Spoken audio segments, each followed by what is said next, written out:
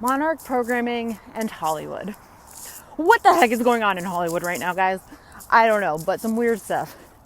I was watching a YouTube video the other day and I saw some weird advertisement of Gwen Stefani saying, "Pray with me." And when I was younger, I used to really like Gwen Stefani and be a fan of No Doubt and all that stuff. And I don't know what it is, but a lot of these artists that we grew up with, there's this feeling that I get when I look at them, and I don't know what it is. I can't put my finger on it. But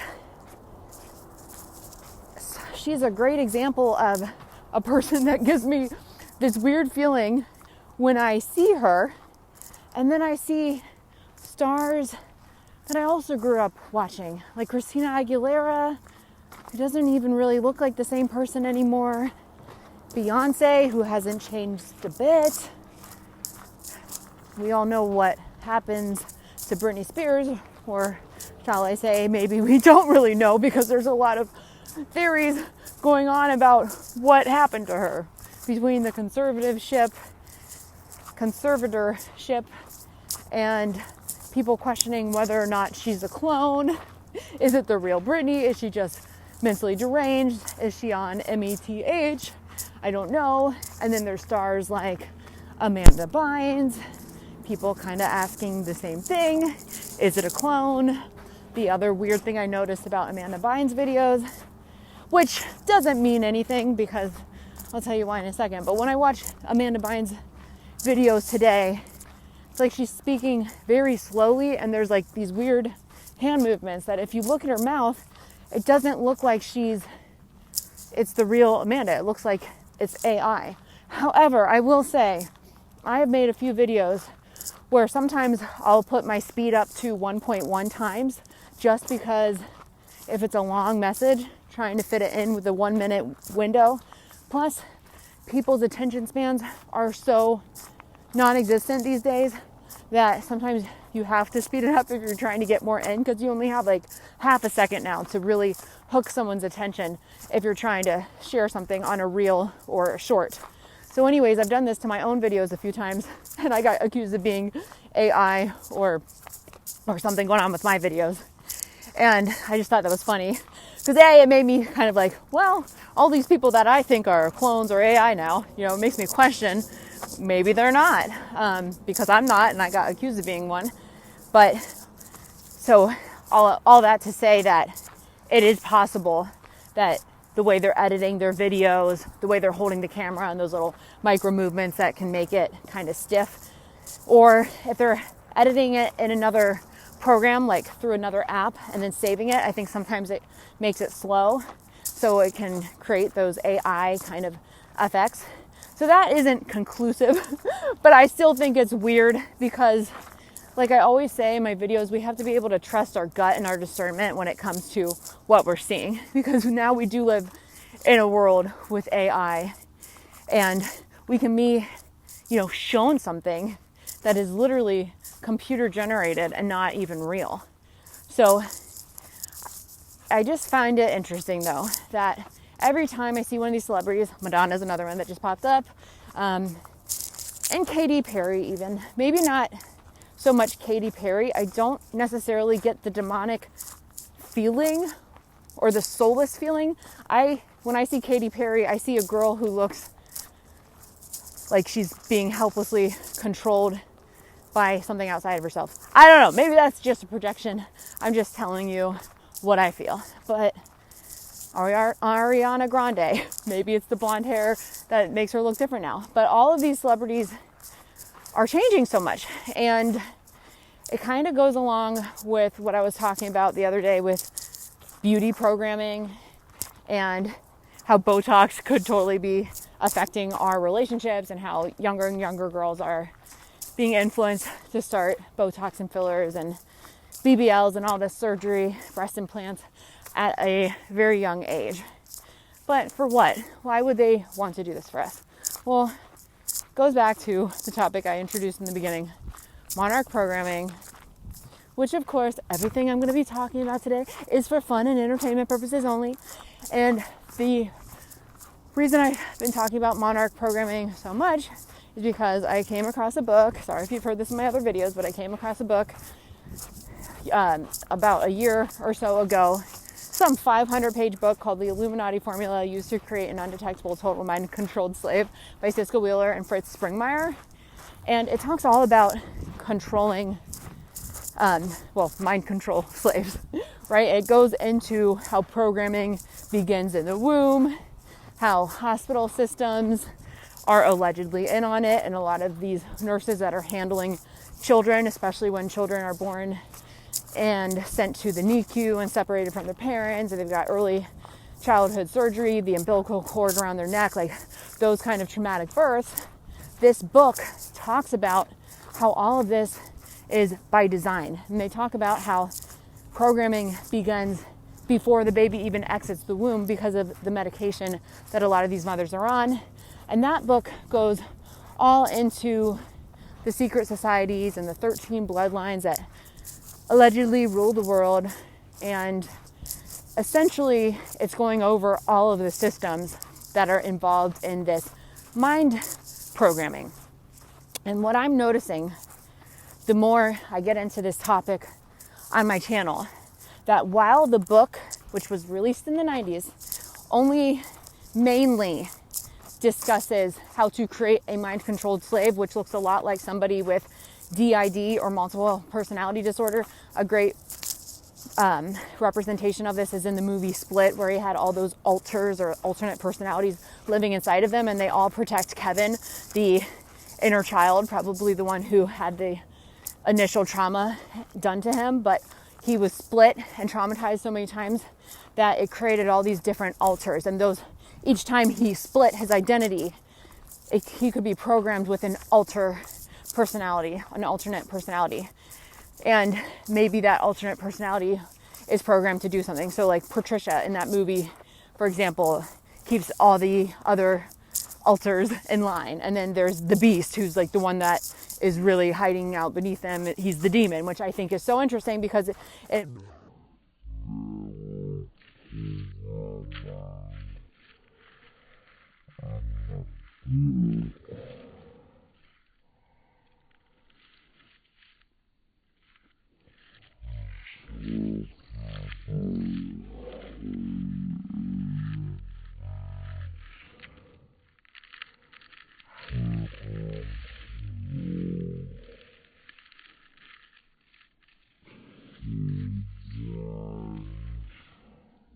on in that way, they are programmed with demons. And they talk about early childhood trauma and how there's even been mentions of these secret society members like dunking kids in water because they believe that when the child is on the brink between life and the afterlife, that they're able to channel entities and predict the future.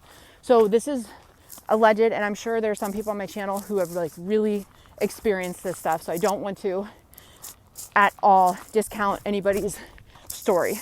But there's also people that watch this channel that may not be mentally healthy when it comes to talking about this content.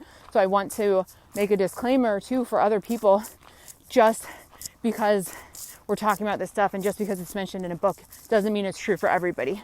And one of the things I really want to touch on is that even in this book, even though they focus on programming people from the bloodlines, programming people with an IQ of 130 or higher, programming people who have secret society connections or bloodline families or family in the military or their parents work for intelligence agencies or they were in early childhood programs like the GATE program, even though they're specific, they don't mention, I haven't seen a part where they specifically mention GATE, but all of the other traits that they mention in that literature are they're very much like the testimonies that I hear from GATE children. So all of this to say that even though specific people may be targeted for this intense one-on-one programming and this abuse by who knows, these organizations, sometimes family members, sometimes cults, and a lot of times when this trauma is happening, they're dissociating from it. So my guess is that there's probably a lot of us who have been in these kind of situations, but may have fragmented memories from it because of the trauma. And when you're that young, you're splitting your identity and kind of closing a part of yourself off so you don't remember the trauma. But all of that to say, if that is you, I do also want to say, for when it comes to this kind of really deep trauma and programming, I highly recommend talking to a trauma counselor or some kind of therapist or somebody that specializes in this stuff, or finding some kind of support group where you can talk to other survivors. That was something I was hoping to do on my channel at one point, but as I get this information out, as my channel grows, I just don't have the time to start one of those things myself at this time. I think maybe at a certain point down the line, that might be something I'm able to do when my schedule frees up a little bit. But right now, I'm being called to get this information out there and share it with people, and then share my personal tools for healing that have helped me a lot. So anyways, this programming not only was done on a specific set of people, allegedly, but it seems to have been done on an entire generation. And one of the organizations mentioned in that book to carry out this type of programming is Hollywood. And Hollywood, I think it's common knowledge that Hollywood has ties to the CIA and the Defense Agency. I know that the Department of Defense will not fund certain movies if they don't get a say in how their military operations are presented in the movie. So they have a specific branch of, I believe it's the Department of Defense, that has funds or writers for Hollywood movies, because it's important how they, portray themselves in the media. So that, that right there, when you think back of all the alien movies and natural disaster movies and movies about missiles and Armageddon and Alien and War of the Worlds or The Day the Earth Stood Still, like all these movies that are about hostile aliens coming to Earth and how the government responds. Well, what's that telling us? Can you start to see why they're calling it Hollywood programming or television programming? And that a lot of what we're watching is actually intentional when it comes to the branches of our own government. CIA is part of the government, right? So they're trying to shape belief systems of a culture, of our culture, or a generation, a lot of generations, right? Because this stuff has been going on for a long time. And I did talk about Hollywood programming when it comes to the alien agenda in some other videos. I'm trying to remember which one, but I remember doing a little bit of research, like when was NASA even found? When did they even start showing alien movies on television or in the movies? I think it was around the 1940s and 50s. It might have been before that. I don't remember. So if you remember, let me know. It was some kind of black and white movie that was about space or aliens or something.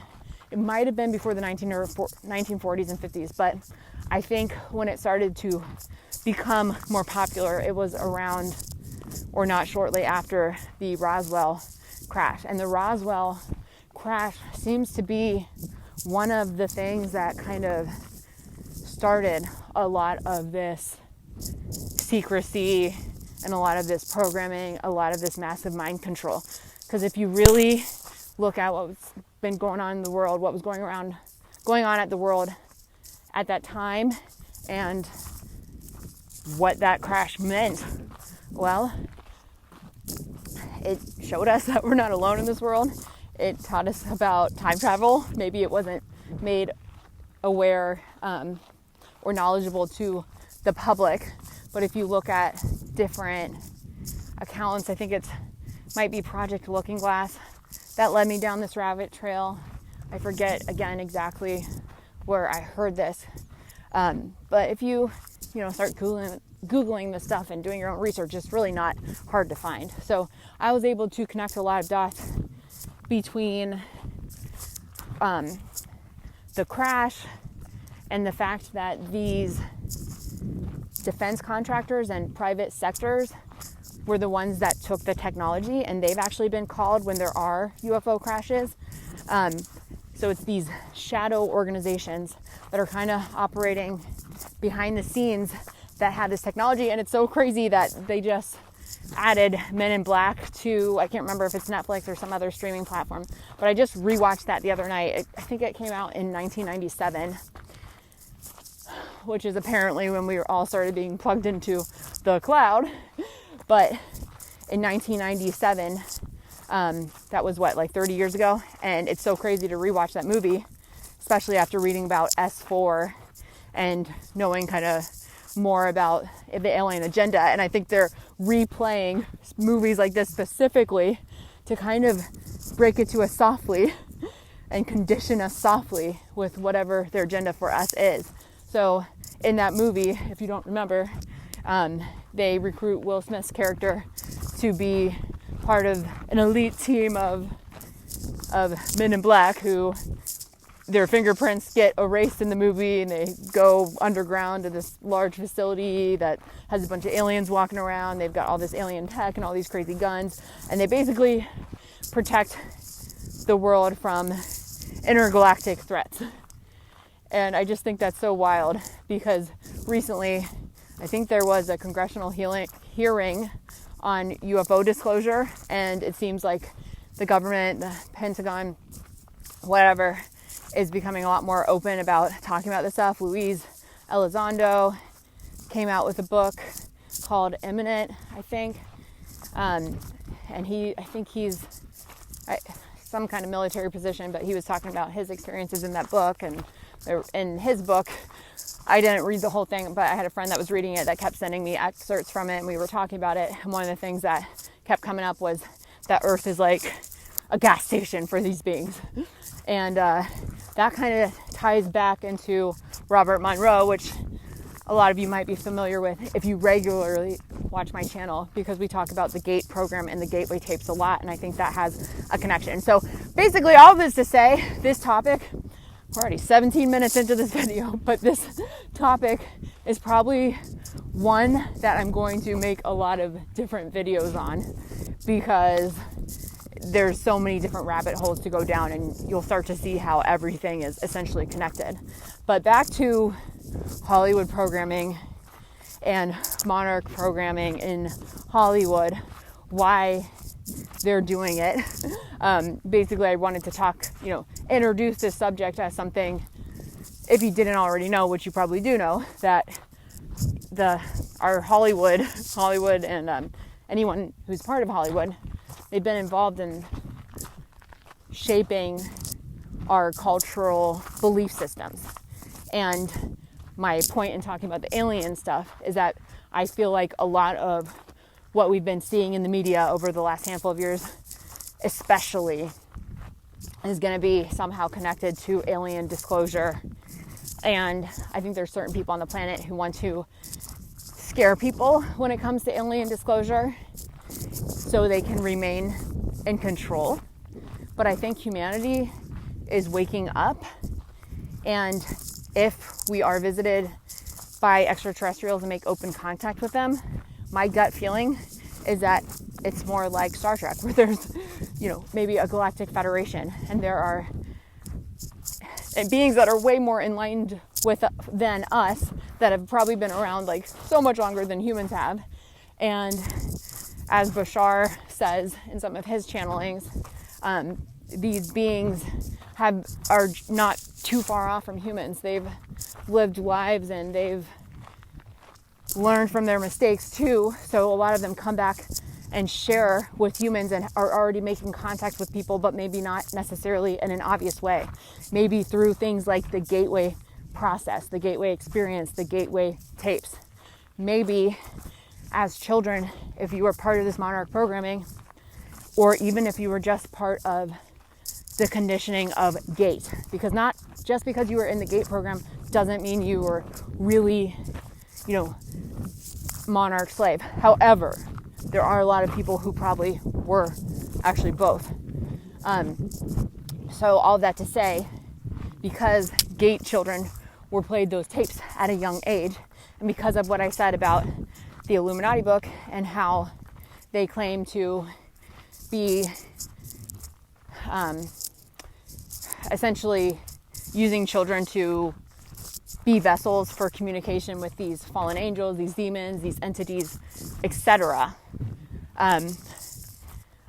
So just saying, they knew that back then in the 90s when this book came out. So they were probably doing this long before that, because if we go back to the people mentioned as programmers in that book, one of them being Michael Aquino, who was in the military, who co-authored a book called From Psyop to Mind War, whose mother was allegedly a part of the longest run study of gifted children in the early 1900s, with Lewis Terman, who made the original IQ test.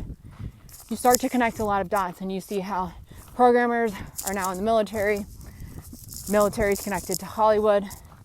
Hollywood's connected to mind control, because it's literally, what we're watching. Television, I think they told us what they were doing to us in the movie Batman and Batman Forever, the one with the Riddler and Two-Face, where they have the television device and they stick it on the brain, the third eye, and then it projects a holographic image in front of them where their attention is tuned into, they show one guy who's watching he's going fishing because he's the guy who's interested in that. And meanwhile, while he's watching television, his brainwaves are being sucked up by the Riddler and Two-Face and all of these elite people operating in the shadows.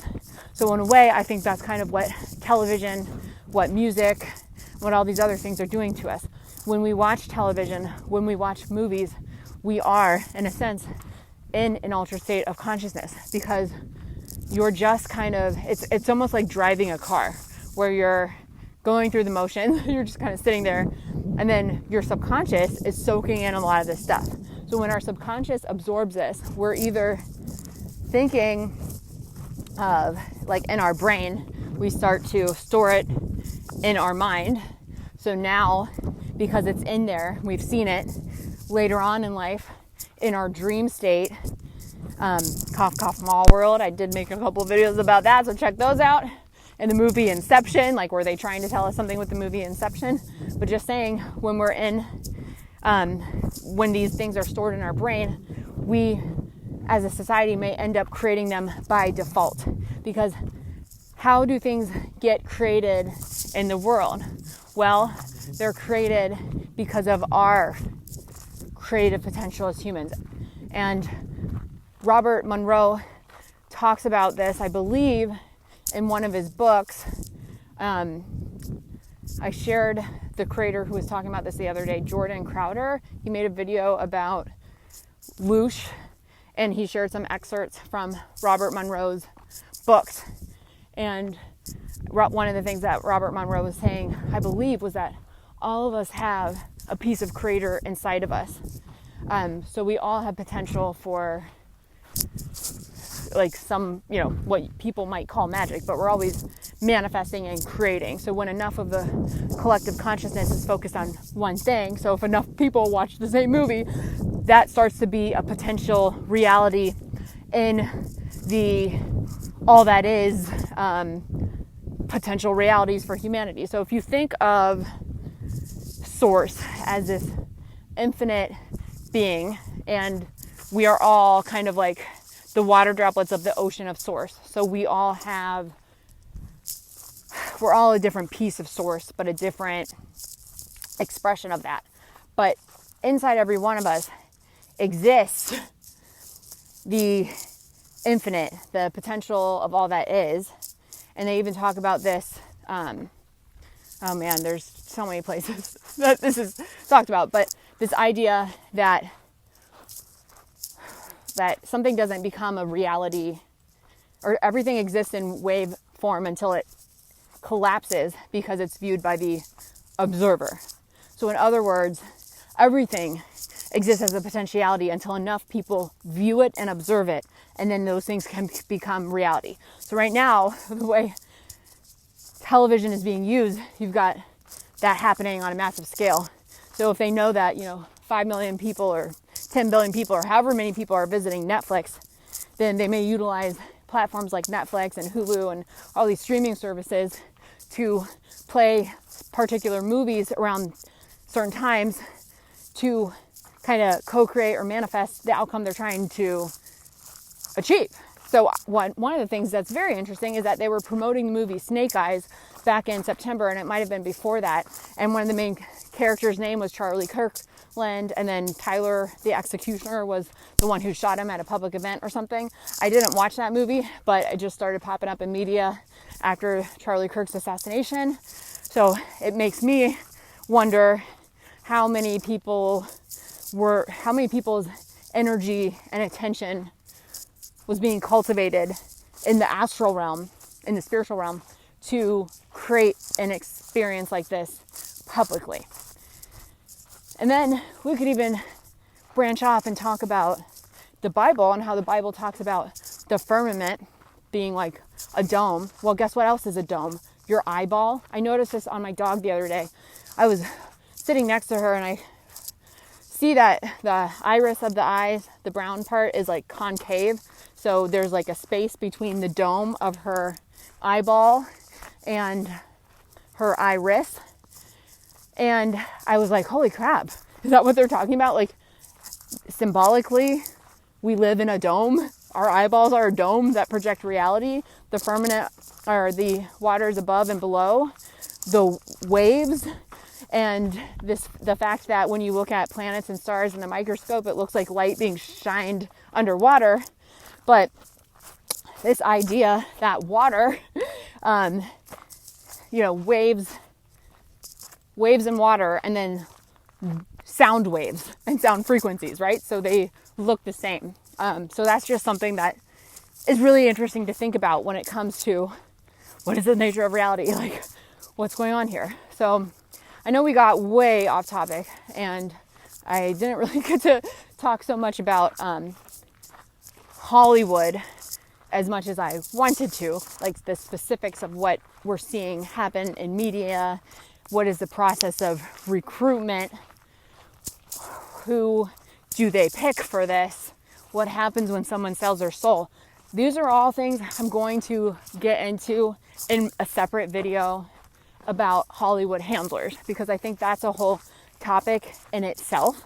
But today I just wanted to introduce the topic of Monarch programming in Hollywood, because Hollywood is just such a huge entity where a lot of this mind control is taking place. And it's so normalized in our culture to always be watching TV, always be watching a movie, always be listening to music. In fact, I don't really know people who aren't constantly listening to music. And it kind of concerns me in a way, because even,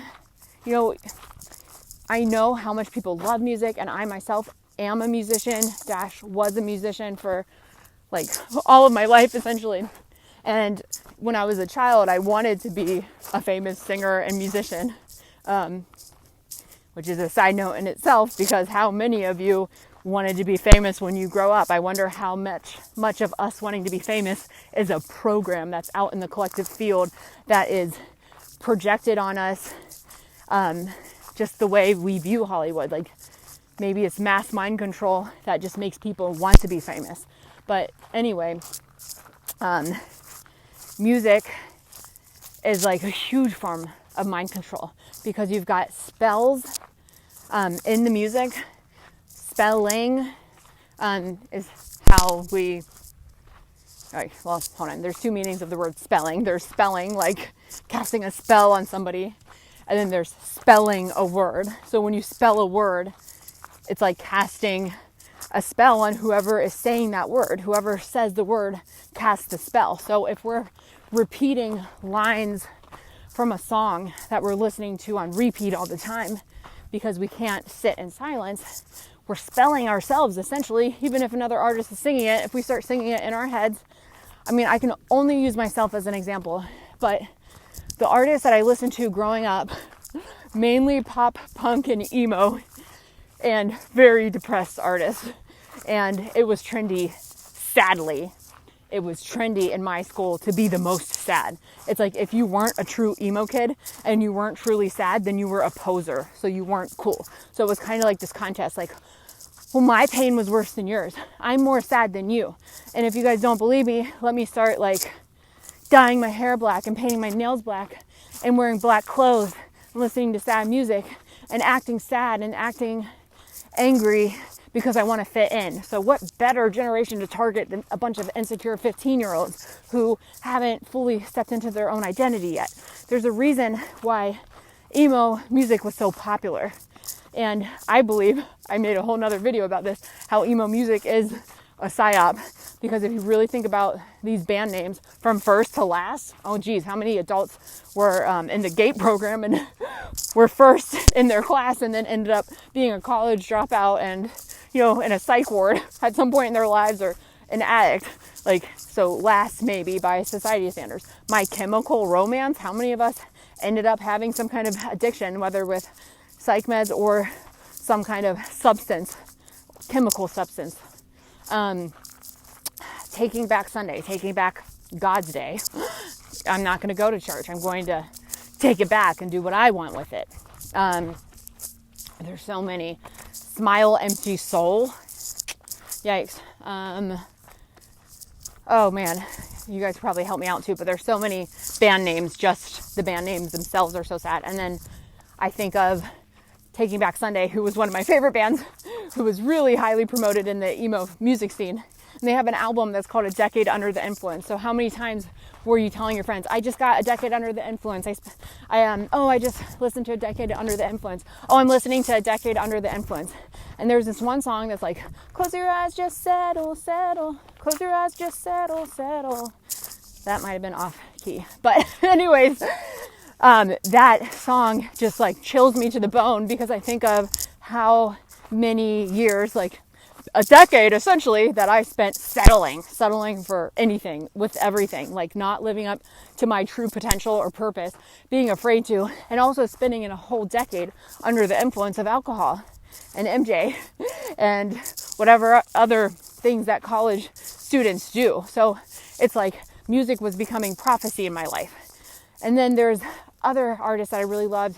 I absolutely love Jenny Lewis and Rilo Kiley. That was one of my favorites in like the 2010 era. And they have this one song called Portion for Foxes. And it's like, I forget the lyrics, but it's basically about a hookup or maybe like a one night stand-ish. And I used to sing that all the time.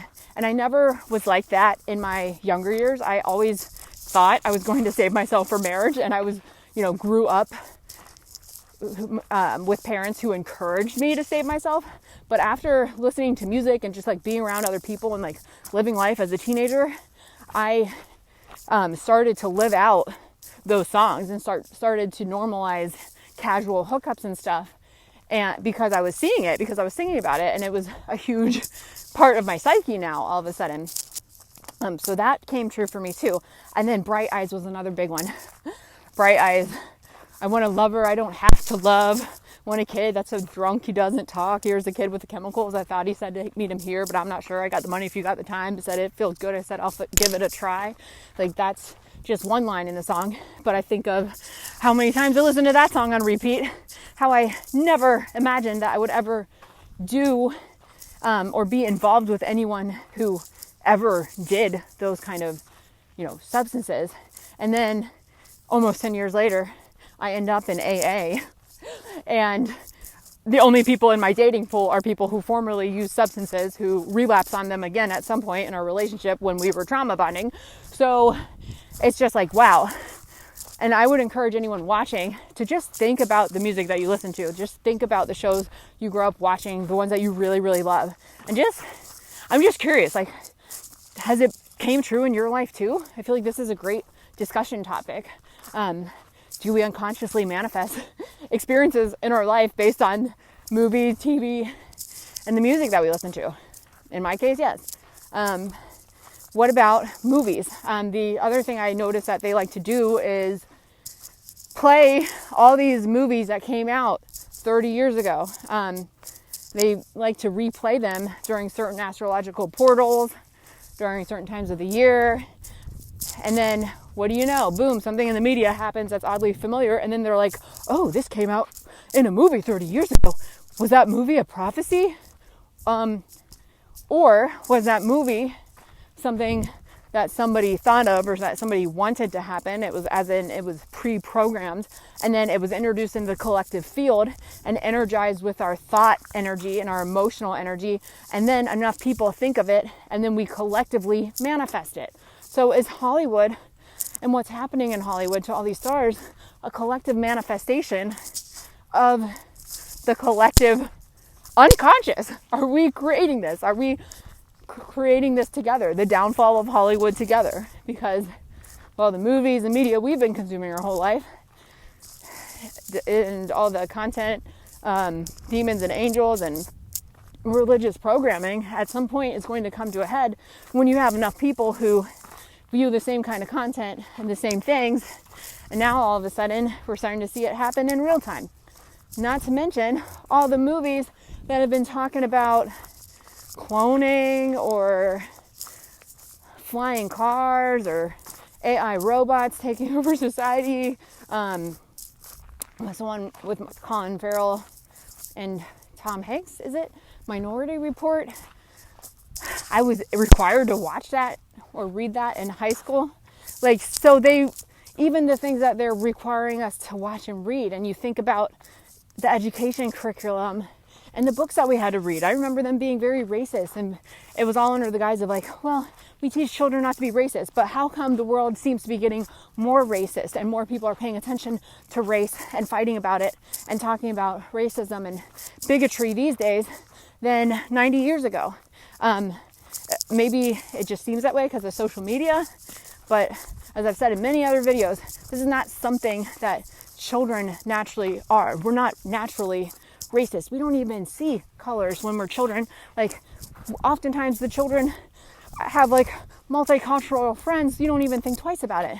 But the second you're an adult and society starts to separate us and starts to give us things to be mad about, then it becomes a problem.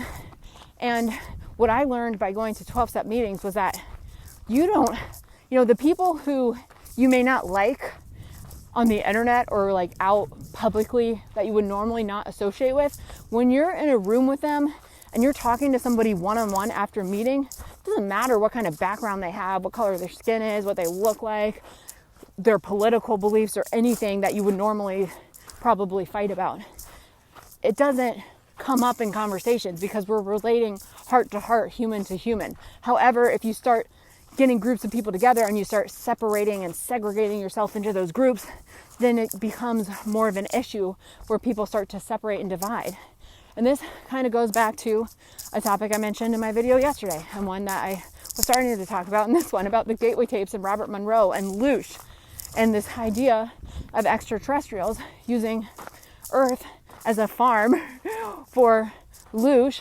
And most people, when they think of Loosh, they think of Monsters, Inc., they think of fear, they think of anxiety, depression, terror, all the lower vibrational emotions. But something that this creator, Jordan Crowder, said in his video, which I will link in my description, was that most people miss the part where Robert Monroe is talking about Loosh and the highest form of Loosh being love. So the earth is waking up in consciousness and shifting to more love because it creates more Loosh. So, and I don't think that the other thing that he said was that Robert Monroe said was that the whole idea of a Loosh farm and Loosh might have been lost in translation, in the same way that if you're to translate something literally from Spanish to English, or from, I'm like, where am I going? I thought I got lost. But if you're going to literally translate something from Spanish to English or to a different language, if you translated it literally, it doesn't always make sense. There's different conjugation of verbs in Spanish, for example. So in the same way, if an alien is trying to say a word that doesn't exist in our language, or a concept that doesn't exist in our language because we're three-dimensional beings and they're from the 6th dimension or the 7th dimension, then yeah, things are going to get lost in translation because humans are lower vibrational in nature anyway than these beings that we can't see because we can't perceive them in the frequency of light that the planet holds, or that we're capable of perceiving. However, I think more of us are actually waking up to this, which I could get into in another video. But my point is that where am I? I'm so lost. All right. I'm jumping ship. But my point is that if a human who's in lower states of consciousness is receiving information, of course, some of it might get lost in translation in a fearful way if that person was primarily fearful, or if they didn't have the vocabulary or life experience or words or whatever to properly translate what the inspects, as Robert Monroe called them, the interplanetary species, were trying to tell him. So the other last thing I'll get into when it comes to Loosh real quick is that Robert Monroe also talks about, I think he was talking about how other beings, similar to what Luis Elizondo was saying in his book Eminent, that beings use Earth like a gas station, or humans as containers. But what I think that means is humans are a container for consciousness. So our bodies are but a vessel, and it's our emotions that ultimately tie us and tether us to certain realities and certain experiences. So if you think of the book Reality Transurfing, if you think of the multiverse, if you think of the holographic universe and all of these concepts of Earth being a matrix or a simulation, and this idea that like all these different realities exist, all these timelines exist. There's a timeline when I'm really happy and I'm really rich. There's a timeline where I never healed and I'm still getting abused. There's a timeline where I decided to say yes when people try to recruit me in Hollywood, and now I'm having a terrible time, but maybe a great time because I'm also rich, but I'm also dealing with some crazy stuff because I sold my soul in that timeline. But my point is that there's a lot of different timelines, and I believe it's our emotions that tether us to that timeline. Because what I've noticed is, as I've slowly trained myself to move out of fear, to move out of powerlessness and negative thinking all the time, which used to be what I would think about on autopilot because that's what most things were programming me to do. The second I moved out of that kind of thinking and started to adjust my vibration to being at peace more of the time, to having faith, to being comfortable with myself, to choosing love over fear as often as I could, to following my greatest passion and what brings me joy no matter what. That shifted me to another timeline where all those people who were gang stalking me and bullying me before in previous experiences, like even a year or two ago, those people aren't anywhere near me. I haven't heard from them, knock on wood, I haven't heard from them in a long time. I blocked all of them, granted, so I would be surprised if they could get through to me, but I'm just saying, when I rose my frequency and started to become a conscious creator and conscious with how I use my energy body, I was able to vibrate away from those experiences.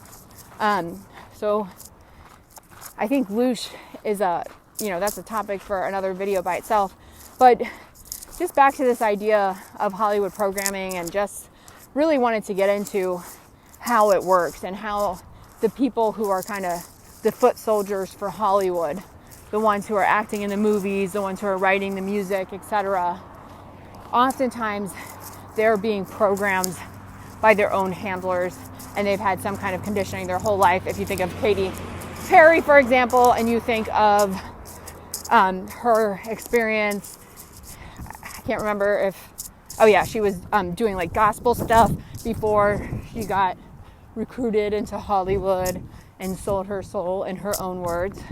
And then you've got a lot of these other actresses and stars like Ariana Grande, who grew up on Nickelodeon and Disney. So a lot of them were groomed since they were really young.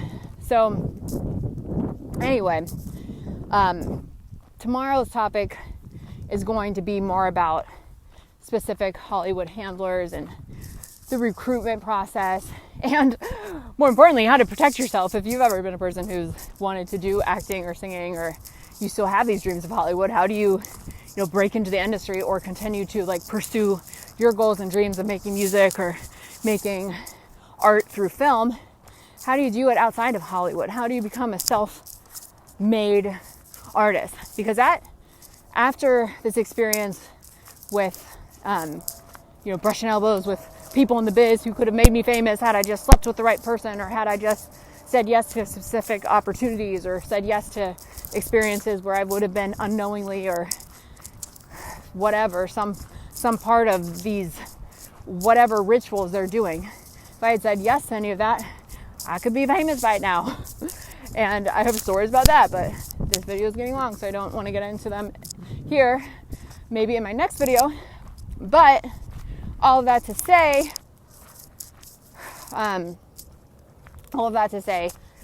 ever since those experiences, I've been thinking more about how can I continue to do the things I love, like create and act and sing and do comedy, but in a way where I'm self-produced. So if you ever want me to go into that topic, that's something I've become really good at over the last couple of years, like as far as learning what tools to use to edit my own works, how to stay protected, like your copyright, how to essentially like be a one-woman show. Now, I've been taking a break from Starletta. I did see I have a lot of new followers over there because I link that page to this page, but I haven't posted anything new in a while because it really is a full-time job when it comes to editing and having time to act. And right now I'm just really focused on the Statements by Alex content and channel. But when I do switch gears again and start doing some more creative stuff with Starletta's page, you'll see how I'm able to do it all by myself without the help of a Hollywood producer or other people writing my music for me, or other people controlling my wardrobe or my costumes. Like I literally do it all. And I think that has been my goal since the beginning. Even though it's fun to act with other people, I think there's something really cool about doing everything yourself, making your own music, producing it, and then having control over it. Because with my previous experience as a musician and just seeing how much Spotify takes from the artist, like I had a song on Spotify for like 3 years and didn't even make one full penny. I made like 0.0006 of a penny. And I paid like $35 or $39 a year just to keep that music posted online so people could listen to it. Like that is robbery. You're the one who's made the song, that's made the music. And instead of you getting paid directly for sharing it with people, people just buy the platform and they pay the platform. And the artist doesn't get paid diddly squat. Instead, we're forced to work 3 other jobs to try to support our music career and ultimately never see any of it returned back to us, even though it's our blood, sweat, and tears and life experience that created the music that people listen to. So I have about a decade's worth of music that I've been sitting on, that I've been waiting to release because I don't want to give it to Spotify. I don't want to give it to these other platforms that get to profit off of my work, because I think that's part of the mind control and the Loosh systems. And I think if you really truly support an artist, I understand not everybody can pay for the artist directly, but even if you just put it on YouTube, at least you get paid for watch hours if you get enough followers and stuff. So it's a better way, in my opinion, to do it than Spotify, because it's a free platform for people to listen, and you can eventually get paid for your work, your promotion, and all that stuff. And you don't have to pay hundreds of dollars in promotions to get your music heard, and then pay to put it up there, and then pay for a photographer to do a nice photo shoot, and then somebody to edit it, and somebody to mix and master it. It's like crazy. I kind of realize the music industry is a trap with all these things you sink your money into for very little rewards and payoff. And then this idea that seems to keep everyone going is like they're going to be rich and famous. And that goes back to the very beginning of the video, this idea of Hollywood programming, this idea that maybe we're wired and programmed to want to be famous. And that's why they have a structure like Hollywood in the first place. But ultimately, when people get to fame, they realize it doesn't come for free. There's a cost of fame.